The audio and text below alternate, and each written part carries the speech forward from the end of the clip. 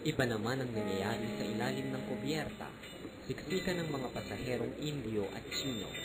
Mainit dito at maingay ang makina ng bapor. Nag-uusap-usap sina Kapitan Basilio at Isagani tungkol sa pagkakaroon ng Akademya ng Wikang Kastila.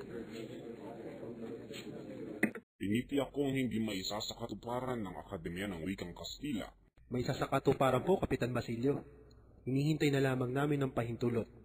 Niregaluhan na namin si Padre Irene ng 2 kabayo.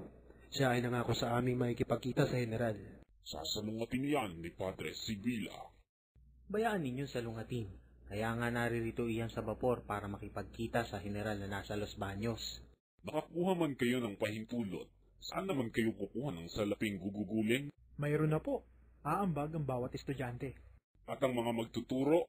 Ang mayamang si Makaraig ay nag-alok ng isa sa kanyang mga bahay. Kung sa bagay, hindi masama ang panukalang iyan. Ngayong hindi na mapag-aaralan ng Latin ay pag-aaralan naman ng wikang Kastila. Diyan makikilala na tayo'y lumalakad ng paurong. Kung mga tao sa una, Basilio, kapag nagmumungkahi ka ng isang bagay, iniisip kagad ay balakid sa halip na kabutihan. Ibig nilang makuha ang lahat na parang bola ng bilyar, makinis at mabilog. Lumapit si Simon. Ipinakilala ni Basilio kay Simon ang kaibigang si Isagani. Tinanong ni Simon si Isagani kung totoo bang ang mga tao sa kanilang lalawigan ay hindi makabili ng alahas dahil sa karalitaan. Hindi nga po bumibili sapagkat hindi naman kailangan.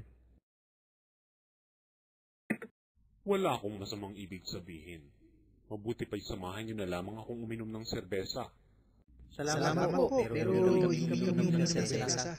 Ayon kay Padre Camora, ang pag-inom ng maraming tubig ang sanhi ng kawalang sigla ng mga tao. Sabihin ninyo kay Padre Camora na makabubuti sa kanya ang pag-inom ng tubig sa halip na serbesa upang makaiwas sa chismis ng mga relihiyoso. Lumisan si Simon. Samantala, itinuloy naman ni Basilio at Isagani ang kanilang pag-uusap. Bakit mapusok ka ngayon? Ewan ko. Para ako natatakot sa taong iyan. Hindi mo ba siya kilala? Siya ang tagapayo ng Kapitan General. Totoo?